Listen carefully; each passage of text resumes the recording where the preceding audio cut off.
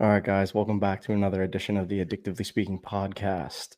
Today, my guest is, well, I guess he's a colleague of mine now. We've worked together previously, Duncan Bhaskaran Brown. He has his own podcast called Flat Pack Sober, which I was lucky enough to be a guest on. And he has a recovery journey and he has an addiction story. And hey, let's just chat, man. Tell everybody about yourself. Yeah, so like you said, my name's Duncan Bhaskaran Brown. I live just outside Oxford with one beautiful wife, one beautiful daughter, and two average-looking bonsai trees. My hobbies include falling off my inline skates, and I quite like the NFL. And I think I might have promised that I was going to wear my Philadelphia Eagles t-shirt, and I can't remember whether that was because that would make you happy or whether it would just annoy you. No, it would make me happy. Oh, Yeah. okay. Yeah. It would definitely make me Because happy. normally I just try and annoy people when it comes to sport. But yeah, I mean that's like you know the kind of the life bit of it. What I do all day, you know, I'm sure your listeners will understand when I say it's not really about helping people to stop drinking, is it? It's about helping them to start living, and that's Yeah. why I get out of bed in the morning. So, when did your trouble with alcohol start? Probably about I don't know, 15 minutes after I had my first drink. You know? I was like, I don't think I ever really had a particularly good relationship with it. I suppose my parents thought that if when I was younger, I was exposed to alcohol a small amount at a time, I would grow up to become a responsible, normal, sensible drinker. Unfortunately, they were quite unaware of the science that suggests that's a really dumb idea. So I think they gave me small amounts of alcohol from, you know, about 10, 11, quite early on.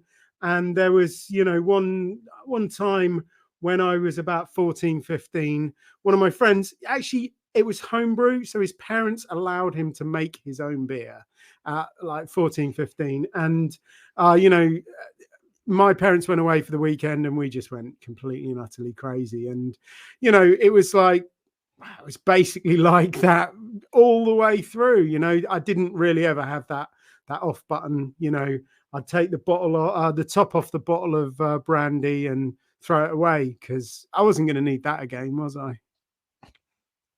Yeah, I could totally relate to that. I feel like that when you talk to people that have problems with alcohol, they can't really remember if they ever had a good relationship with it. And like I don't know, like you said, like you just throw the lids away on the bottles and stuff because like once you start, like there's no stop. Um, was there ever any point in your like drinking that you thought like this might be a problem, or did it take a long period of damaging stuff to kind of like lead up to that? You see, I was sort of dimly aware from fairly early on that it was binary for me. It was either stop or go. So I think earlier I did have an element of control that, you know, I would just not start. You know, I wouldn't have anything to drink because I was quite aware that, you know, none was better than one. You know? So I guess I had an element of control to it, and I sort of had a bit of a balance to it. But I don't know whether it was ever really what you'd call a healthy relationship. You know, when did I really figure out it was a problem? I think I really figured out it was a problem after I stopped drinking. You know, again, there was a lot of points in life where I can sort of, you know, distinctly remember thinking that this doesn't add up. So like I went camping for the weekend, and like the day before we went away, so like the Thursday, you know, I went to work and my boss was an idiot at the time. So I've worked for a lot of idiots. I don't know, that probably says more about me than it does about the people I've worked for. But anyway, he was a complete idiot.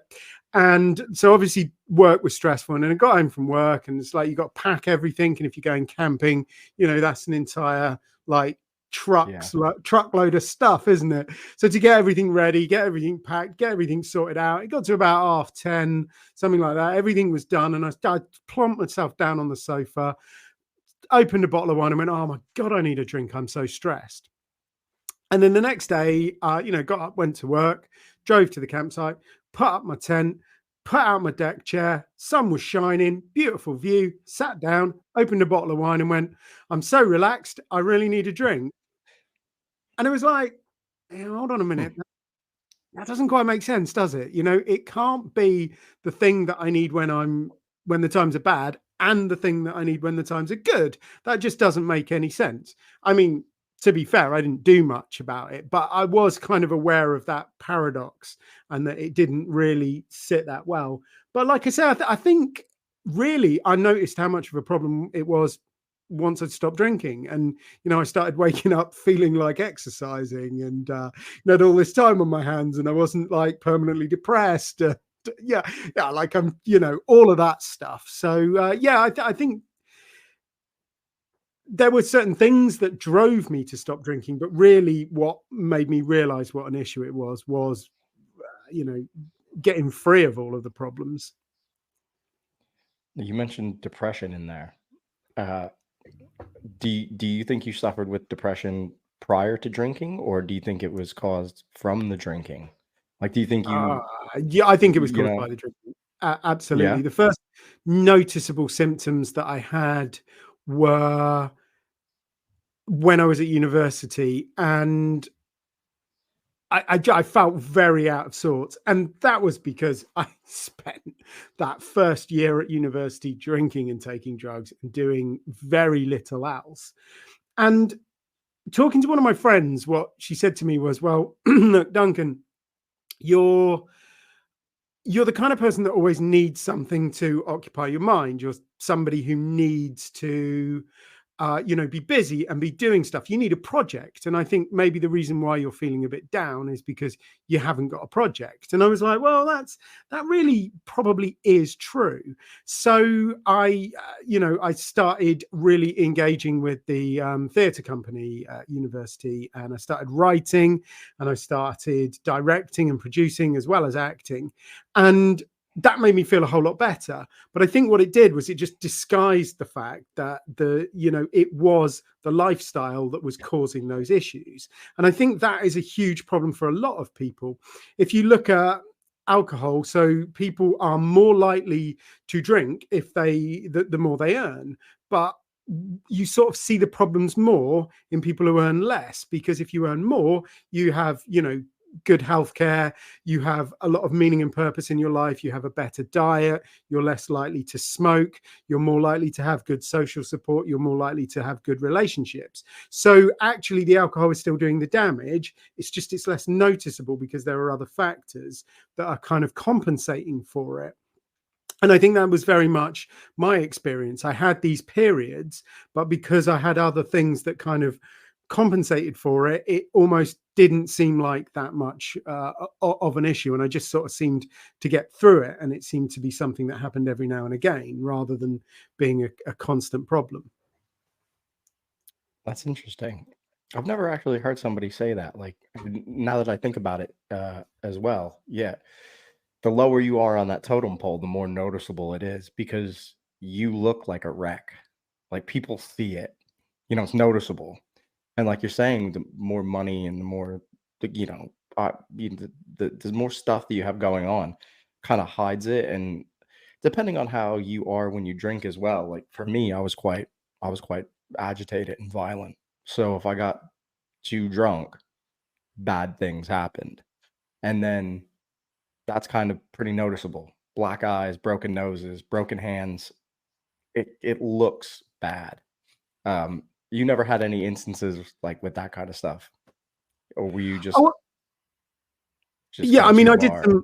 I did some terrible things. I did some stuff that I'm really not proud of, like sleeping with my good friends' girlfriends and stuff like that. And it's just like, Yeah, that's awful. That's just a terrible way to behave. And I think in the cold light of day, there's no way I would ever do that. And it is only when we drink that we behave in this way. And then, of course, we feel bad about it the next day, and then we try and justify it by saying, well, oh, I was drinking, so it doesn't really count. But like, it does count, and it does cause problems. I mean, I Honestly, I think that I'm a bit scared of violence. That's probably why I never got into that kind of thing. I'm a bit of a wimp. But yeah, yeah, definitely. It caused a lot of issues with friends and relationships and things like that. But again, that's not as noticeable. I mean, that time I fell over and really busted my wrist. Yeah, that was kind of noticeable. But in general, it was all you know less ephemeral things like relationships, like mood, like depression, like the things that you don't really see. Yeah. Um, so when you were drinking, were the people around you doing the same sorts of things? Like, what was your social circle like when you were doing the heavy stuff? Were they doing similar stuff because it was like uni and things like that? Or were you the one that was like, I'm going too far? Oh no, no, I surrounded myself with people who drank heavily and took drugs because, well, it feels better that way, doesn't it? Misery Birds of loves a feather. company. Yeah. And I think very much at university, we were all kind of like, well, that's what you do at university, isn't it? But then it was like some of the people that I know at university, they did curb it a little bit. They dialed it back a little bit after they graduated. Um, but I just didn't. And I just, if you really want to, it's quite easy to find people who drink heavily, live just this kind of like awful existence. And yeah, they would be more than happy to share your misery. And I mean, I started Morris dancing as like nearly 20 years ago now.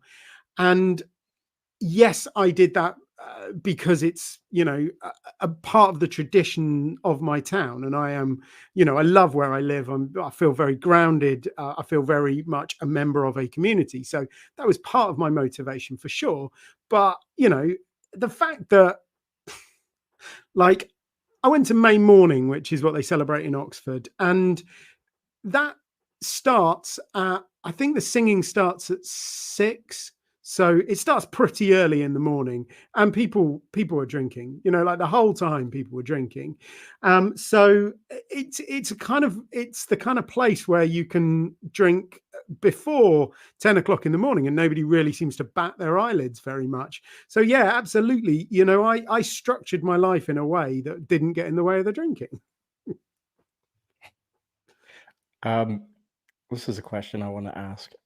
So the UK, I feel like, is very drink centric. Like it's everything is based about drinking. And like you said, like 6 a.m. Like I know it does happen in America, like things like that where people start drinking early. But I feel like over here, if you see somebody having a pint at 10 a.m., like it's not something where you're just like, I wonder if that guy has a problem.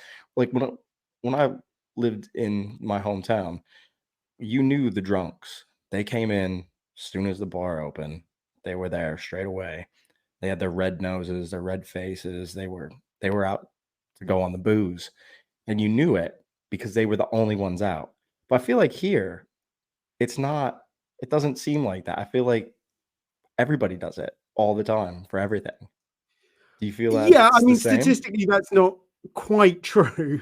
That there are people that don't drink in the UK, and there are people that drink at what would be called the lowest risk level. And I don't think anybody with any sense can turn around to them and say they've got a problem with alcohol. They are actually drinking, infrequently. They rarely drink more than one drink, and they probably don't drink every week. They certainly don't drink more than twice a week. And I think that the problem is that those people don't shout about it. It's the people that drink a lot that shout about it, and it's the people that drink that little bit too much. So they know that they're drinking outside of that low risk zone. They're not, they haven't got to the kind of like really severe risk area, but they're drinking at this kind of moderate to severe risk. So what they're going to be drinking, 3 or 4 drinks twice a week, or 2 or 3 drinks 3 or 4 times a week.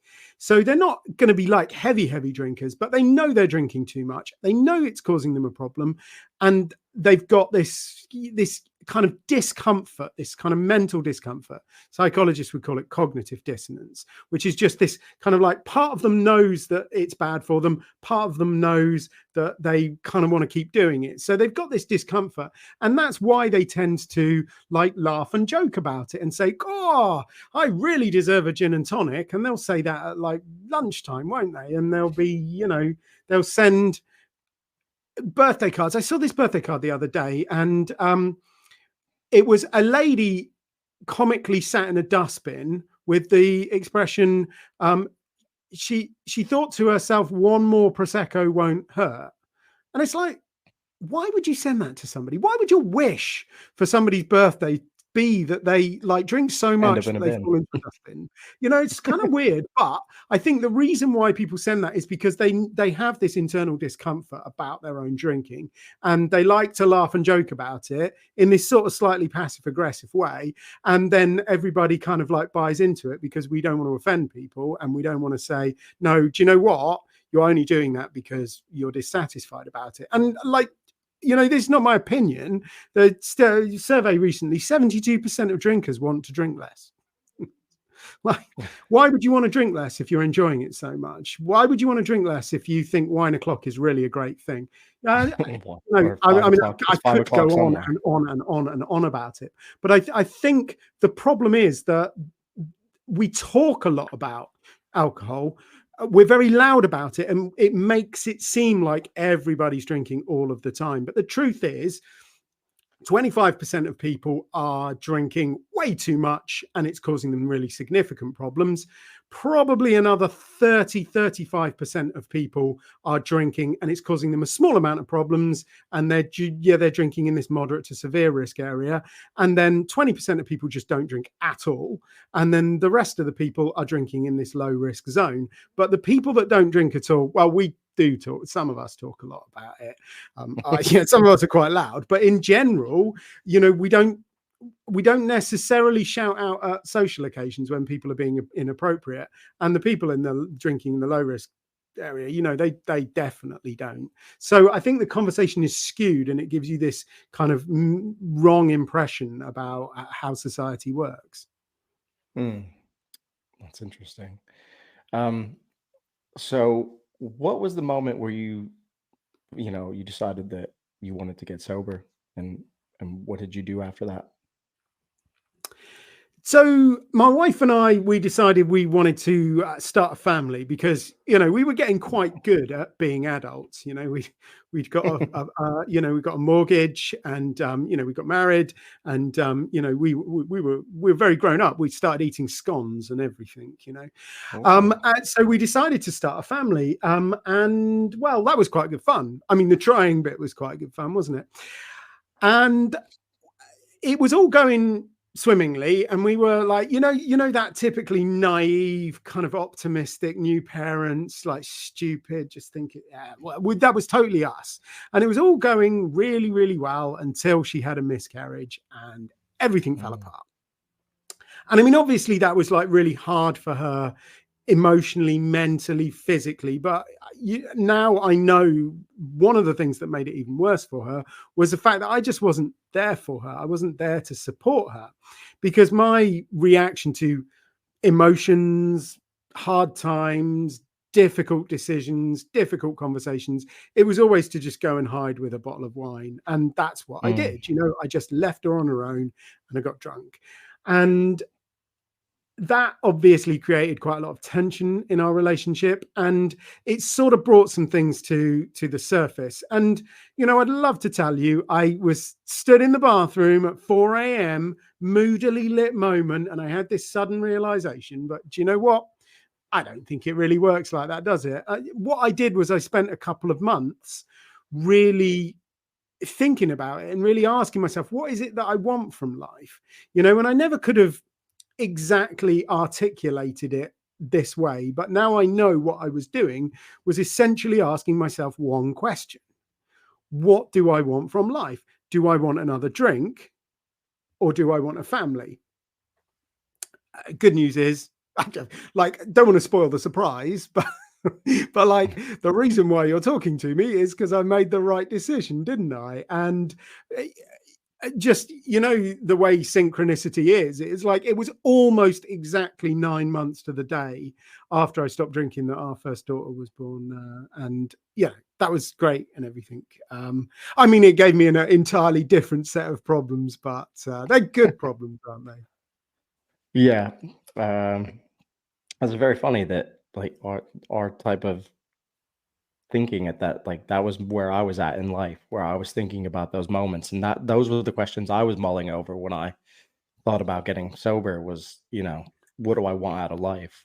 Is this the existence I'm choosing for myself? Like, if I continue down this path, there's nothing but darkness.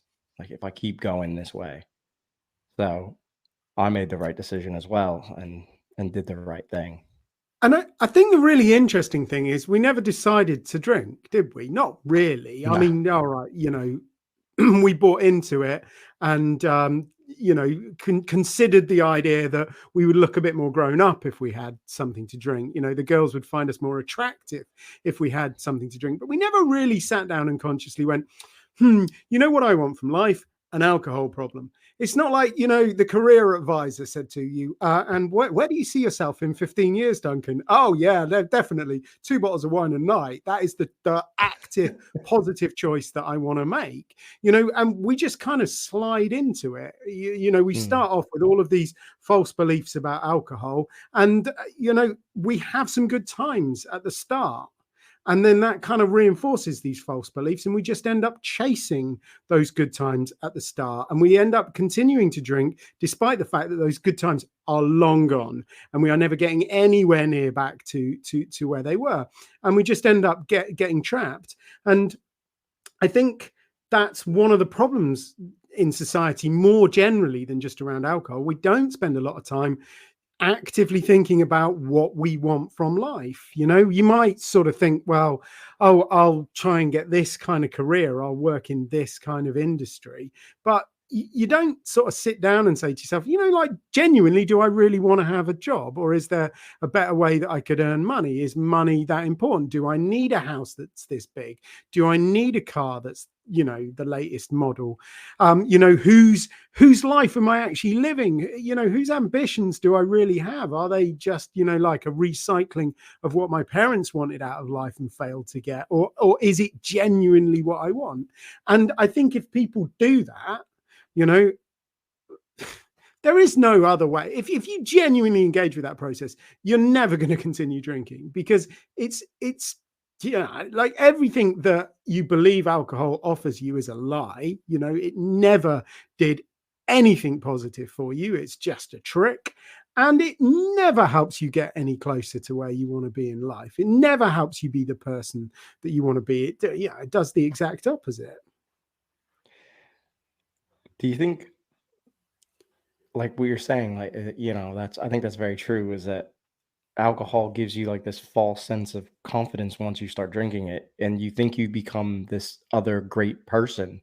You know, the person that can dance, or the person that can talk to all these people, and the life of the party.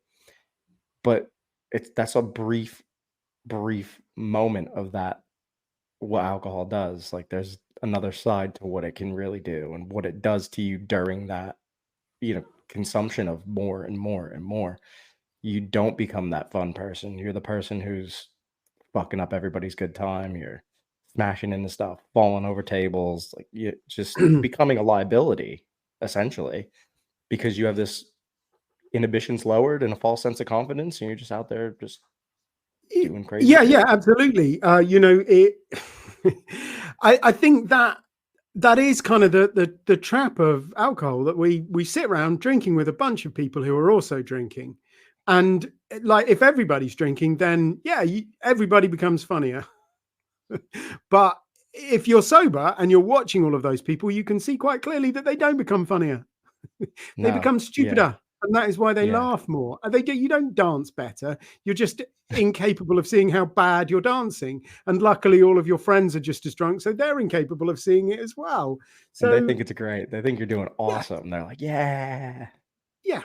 Yeah. And I mean, it's like the negative effects of drinking alcohol. They've been understood for like years, like decades. Like, the research on what alcohol does to you as your blood alcohol level increases. It's so well known, and none of it's positive. All right, that first drink, it might give you a feeling of kind of being a bit warmer. It kind of raises your internal temperature a little bit, gives you that flush response. So it might make you feel a little bit warmer. And of course, if you're suffering from alcohol withdrawal, which most people do, like if you drink even close to daily, then you will constantly be suffering from alcohol withdrawal, because alcohol is quite a slow acting drug. So it takes a while to get out of your system. So, 3 days after you've had your last drink, you're still processing the alcohol. It's still getting out of your system. So if you've got some alcohol withdrawal going on, then when you drink alcohol, you're going to feel a little bit better because it's going to ease the symptoms of alcohol withdrawal. But that's not really a genuine benefit, is it? And then once you've got past that, it's all you're not going to be able to focus anymore. Your inhibitions will go, which is just a polite way of saying the bit that makes decisions in your brain gets shut off. Your coordination's going to go, your reactions are going to go, your balance is going to go, and it invariably ends in vomit. And a lot of people don't really think about that. But like, why have you thrown up? Well, you have thrown up because your body is trying to protect you from the poison that you're pouring down your throat. It's actually quite clever of your body to do that. And, if you can drink enough ethanol to kill a small child and not be violently ill, then, that's a real warning sign. Yeah, that's a scary sign. When you don't get sick anymore, or you get sick less frequently. Like, I think I remember, like, I'd have to be at like next level to be throwing up, but it had to be next level. Like, I had to either drink to the point where I was almost blacking out, or drinking like 151 proof like rum, and then my body's going, nah, man, we can't do that. And then it would get everything out. But it did take longer. Now that I think about it, there was that time where, you go too far, you throw up a lot. Then it was like you have to go too far to start throwing up, because your body's just like, oh, we can handle this shit. And then like all your mates go, what a guy, James, he can drink so much without throwing up. He's so tough. And it's like, nope, he's just screwed himself up a lot. Yeah. His body just has a massive amount of tolerance, and it's processing alcohol like a facility that, treats sewage now. It's just processing and processing, that's terrifying when you think about it that way. I haven't really, sometimes I don't think about what I was doing to myself actually in that sense. So once you found recovery, what guided you into the podcasting? What made you start a podcast about it? So what I'd been doing around about the time that I got sober was I'd been helping people in local government. I've been doing coaching and training, and I was specifically helping them to take on a leadership position that I'd had myself. So in essence, I was helping people to achieve what I had achieved in life. And that was good. And I enjoyed that, and it's meaningful. And I know local government is boring, but it is actually quite important.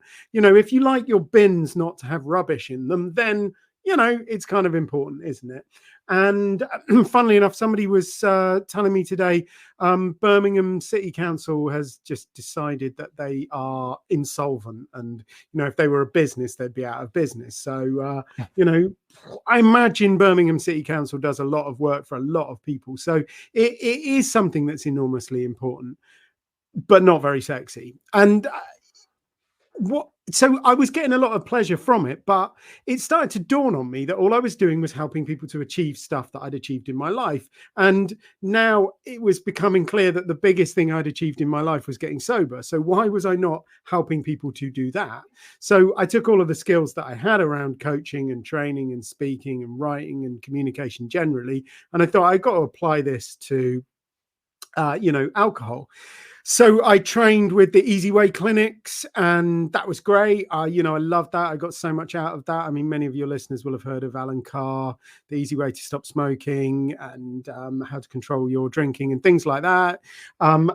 Great stuff. Really, really enjoyed that. Really learned a lot, but it wasn't enough. And I knew there was more to it than that. So I started studying, I started reading, I got a bit obsessed with the scientific literature, like actually starting to read peer-reviewed science and things like that.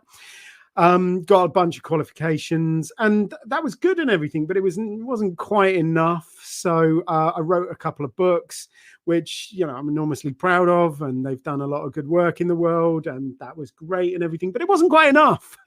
And I got kind of obsessed with this idea of what it is that keeps people sober, because I don't want to do down anybody who's struggled with it. But my belief is that actually the stopping drinking bit is quite straightforward. You can do that bit. And most people, even when they struggle with it, that's the bit that they can do. What they struggle with is the bit that comes after it. It's the bit staying sober. That is maintaining the difficult bit.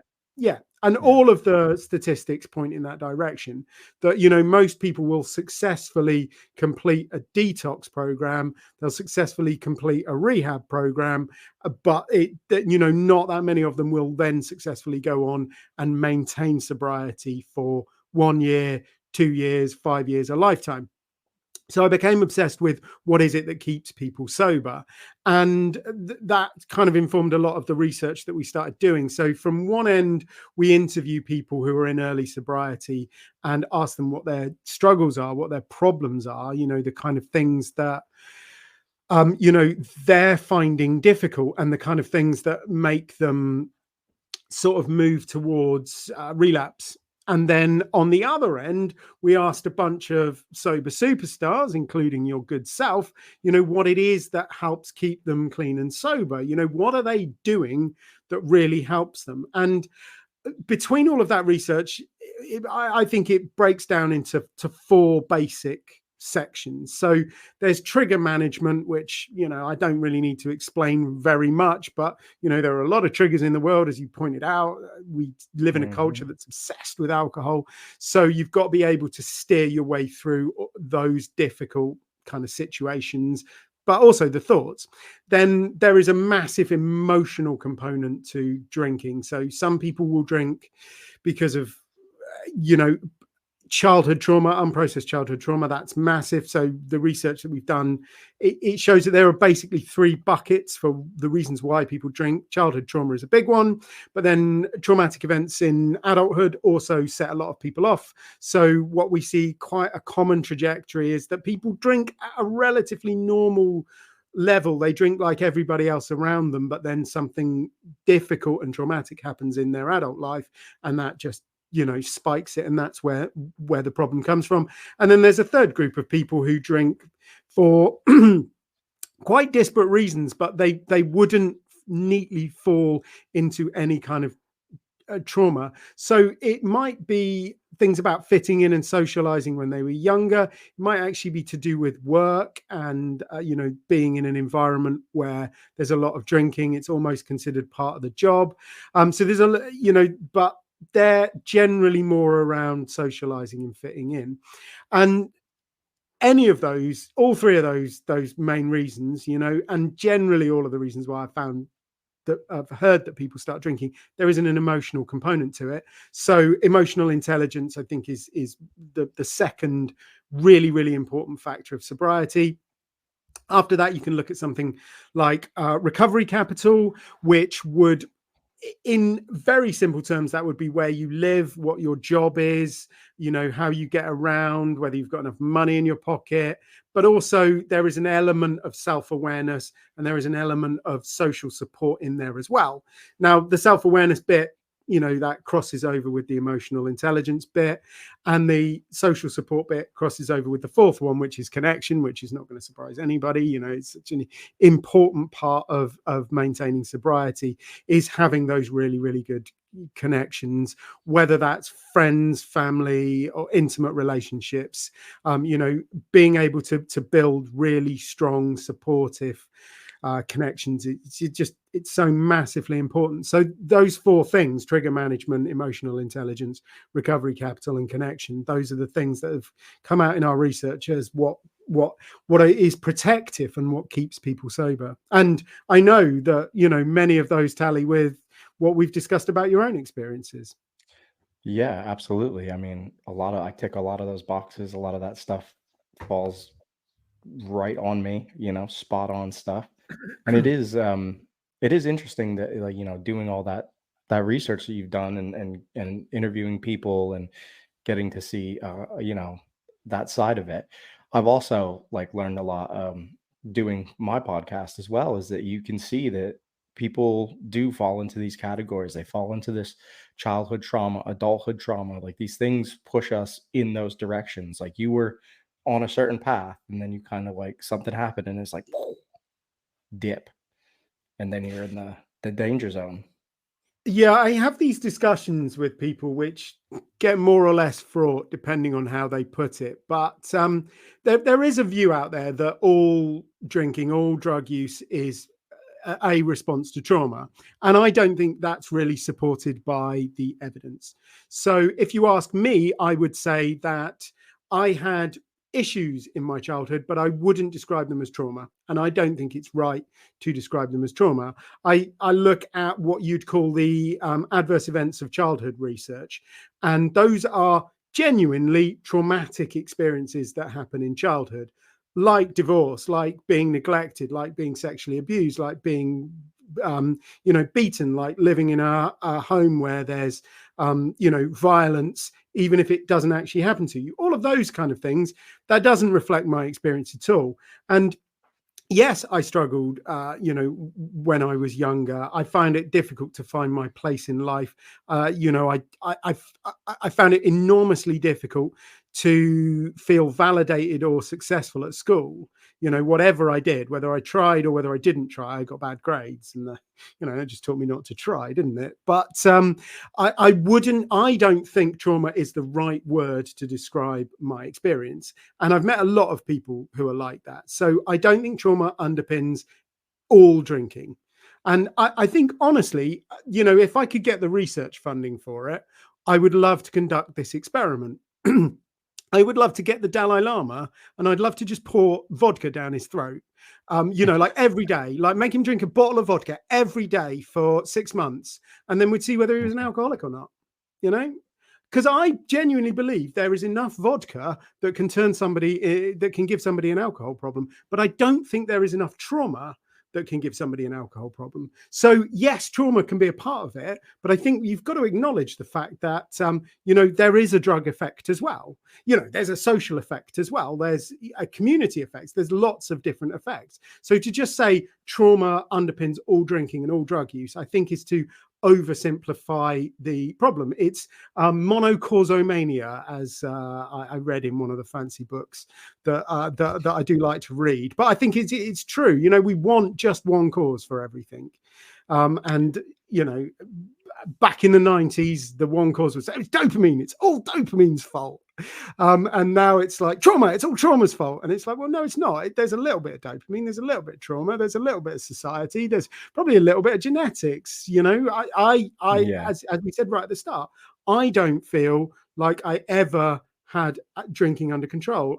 So I assume that there is some biological genetic component that makes me more susceptible to just throw the bottle top away. Yeah, I feel the same way. I feel like now that I've had a lot of years sober, that I can look back at, like, my previous drinking experiences, and I was always the one who everybody had a good time, but I was always the one who went too far, you know? And that's been the case since I first started drinking at 13, you know? I always went too far. It wasn't, the trauma that happened later in my life that just pushed it to the extreme, but I always had that relationship with alcohol, but I just never acknowledged it in that way. Or I didn't see it because I was hiding in the people that were around me as well, and they were drinking. So my drinking didn't look as bad as everybody else's because I was just, right. So I kind of hid in there and kind of Yeah, hid. But now that I look back on it, I can see it that there's something in me, and I see it in other aspects of my life. Like when I quit drinking, other things, I go full steam at other stuff, 100%. It's either all or nothing with yeah. things, so it's Although just who I am. I think the really interesting thing about genetic components is, genes are expressed as a result of their environment. So I think if you have this genetic predisposition to perhaps drink too much, but you don't drink alcohol until you reach the age of 25, you're not going to have a problem with it. Because early exposure, it makes such a difference, and it changes the way, everything is expressed. So actually, one of the things I would really like, like, you say what you like about America. I think 21 is a good age for the minimum drinking age. I know it gets ignored an awful lot. I mean, I'd like to set it at 25. I think that's one of the things that we really need to do, because if you don't drink any alcohol before 25, you only drink alcohol after your prefrontal cortex is properly formed, and that's the bit Yeah. of your brain that you use to make decisions. And I think the fact that you have a poorly formed prefrontal cortex at the age of 13, 14 means you're not as good at making life choices. Yeah. And then you add some alcohol, and the first thing alcohol does is anesthetize what little ability you do have to make those like big serious choices and consider the future implications of your actions. It is genuinely a recipe for disaster. So yeah, 25, the minimum drinking age. I think it should be illegal to give anybody under the age of 18 alcohol now. I think it is immoral when I hear about people, giving 12, 13-year-olds drink. They're learning to drink responsibly. No, they're not. You are fundamentally changing the structure of their brain and making it way more likely that they're going to develop a problem. And that's not my opinion, my friend. That's the science. That is, yeah. Yeah, I get what you're saying. And I think it's weird when people offer, like, like an 8 or 9-year-old, like a glass of wine at a fancy dinner, or like, like, do you really need to be doing that to like a 10-year-old kid? Like, not really. I mean, what's wrong with like fizzy drink but that could be the treat. It doesn't Well, have to be a glass of wine, or you know what I mean? Like, yeah. why? Yeah, I mean, I could give you a rant about what's wrong with Coke, but I think your point remains. Lemonade is all right. Tango's Well, yeah, but okay. just It's not going to something, kill yeah, just anybody. a fruit shoot, or like, whatever. Like, why does it have to be Pinot? Like, I don't Yeah, know. and Like, honestly, they prefer it because, like, you get all of the time people tell me, "Oh, I like the taste of wine." It's like, yeah, all right. nobody likes Take the your taste of wine. 1987 Chateau Lafite that cost 2.5 grand and give it to a kid. They'd spit it out because it tastes bloody awful. And you don't like the taste of it. You like the effect it has on your brain. You like the way it alters your brain chemistry. That's what you like about it. It's got nothing to do with taste. So Yeah. yeah, give them the fruit shoot. I mean, yeah, fruit shoots, they're pretty much sugary water with some food coloring in, aren't they? But, kids are going to prefer that way more than they will Yeah, absolutely. So, what are your plans for the future? What are you planning for the future? For your podcast, for your life? What's going on? So plans for my life. Just at the moment, my daughter's 8, and it's such a great time because she actually likes me. That'll go away in a couple of years. Yeah, I know. So at the moment, it is making the most of that and spending as much time with her as I can.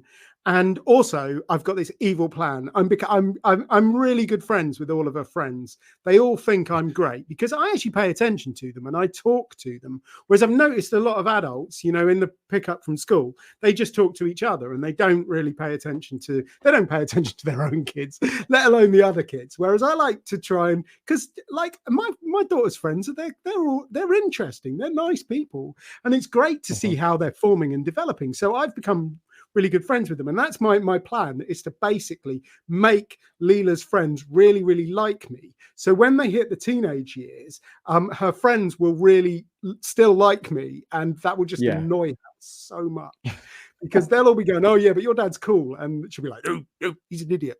So yeah, short term, it's definitely enjoying spending as much time with her as I can.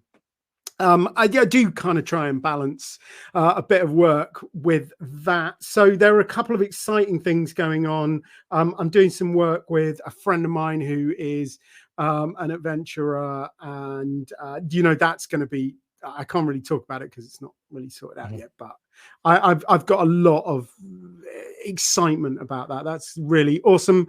My next book is going to be called Flat Pack Sober, which is the name of the podcast, and it's going to be the culmination of probably what amounts to about 5 years worth of research into what it is that keeps people sober, my current obsession. And yeah, so I wrote Real Men Quit to help men stop drinking, and there is a bit in that about what to do after you've stopped, but I feel there is a great need for a really good solid book that helps you work, build your self-awareness, work out who you are and what works for you. And then, there's a lot of different techniques that aren't going to work for everybody, but because you've built that self-awareness, which of these techniques you can then use and try. And, you're not going to get upset if journaling doesn't work for you because, it's not your kind of a thing. So that's the next book. That's quite exciting. We're also doing more and more work with companies and organizations now, about building alcohol awareness, because so many organizations these days are, they really buy into the well-being thing. Partly they buy into it because it's a great way of attracting talent. Most young people, most high performers these days will look at a company's well-being scores before they even apply. So it's important from that point of view. But I mean, it's got a bottom line implication. If your staff are happy and healthy, they're going to be productive, they're going to be engaged, they're going to have better relationships, they're going to have better work-life balance, and they're not going to leave as much, and that reduces the cost of recruitment. So they've really bought into the well-being thing from a moral and from a business point of view. But most well-being programs just totally duck alcohol. They just don't face it. Most well-being consultants that I've spoken to are a little bit scared of alcohol. They just don't want to begin the discussion. They think it's too big and too scary. They think it's not something that they should get involved in. So what we're trying to do is, work with organizations to build alcohol awareness, to create more open cultures, to really reinforce the work they're doing about making mental health something that you can discuss more openly and actually changing the conversation about alcohol. So that's really, really exciting. And at some point I might even get a chance to do a bit more skating. Who knows? All right. So before we end the episode, I like to ask, what are 3 things that you need in your recovery that keep you going? So like you talked about journaling and all those other kind of things. What are 3 things that are like your go-to stuff in recovery?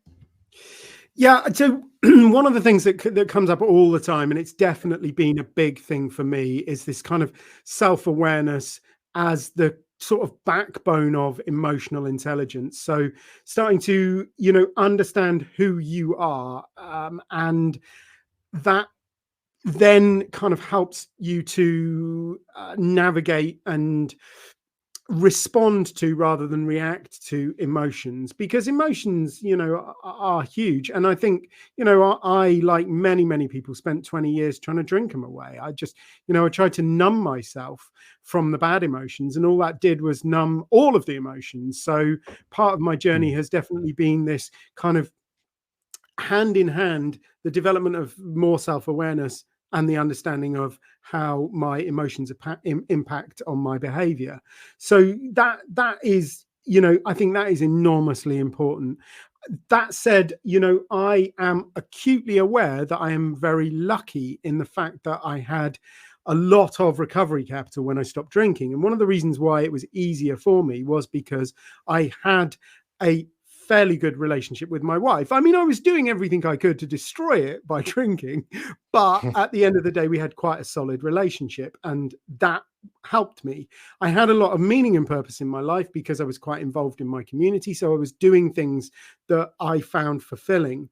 I also had a job, which I hated, but, it paid the bills. I had somewhere to live. I had, good friends. And what I realized is that I didn't get rid of very many friends. There are a few people that I don't talk to anymore because it was only about the drinking.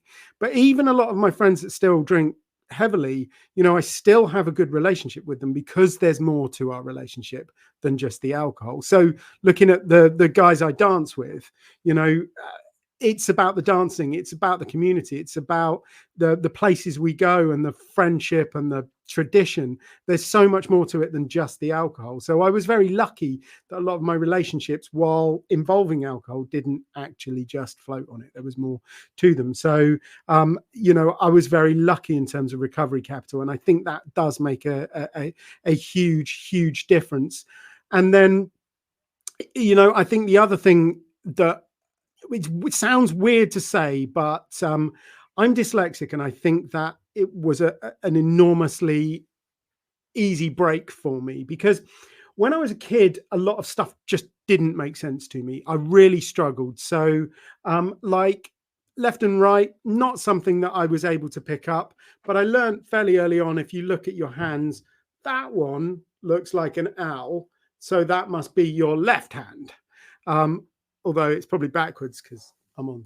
Yeah. I learned to do stuff like that when I was a kid because it was the only way I could navigate my way through the world. It just, a lot of stuff just didn't make sense to me. And I think that really helped me in terms of learning techniques that were really effective for trigger management. Things like, mantras and, pattern disrupts and things like that. So, I think those three things: self-awareness leading to emotional intelligence, recovery capital, and trigger management. And I am acutely aware that I am an incredibly lucky guy, and I've had a lot of easy breaks, but it still just makes me want to share the joy with people more. I know it's harder for some people, but we can all get free, and that's all I want to do with people. Awesome, man. Well, listen, thank you for being here. I appreciate you taking the time out of your day to come onto the podcast. So I will post all the links in the bio when I post this video, and I'd also like to shout out our sponsor, the Christians Crew. They're based out of New Jersey, and they focus on fentanyl poisoning and fentanyl awareness. They're a nonprofit organization that I've kind of teamed with, and they're doing some great stuff for fentanyl awareness. It's quite crazy in America right now. So their links will be posted as well. Yeah, no, that's important stuff. And I want to urge all of the listeners to go and give you a 5-star review on Apple, because it does, it really helps. And, you're doing some amazing work and you're getting the message out there. And, the listeners, just take a second to give them those reviews, because it really does help get the message out there. Yeah, absolutely. Like, share, subscribe, just click some buttons. Yeah, and money if you want. Minutes. Yeah, absolutely. But yeah, thanks again. And, great talking with you, Duncan. It's been a pleasure. Always a pleasure, man.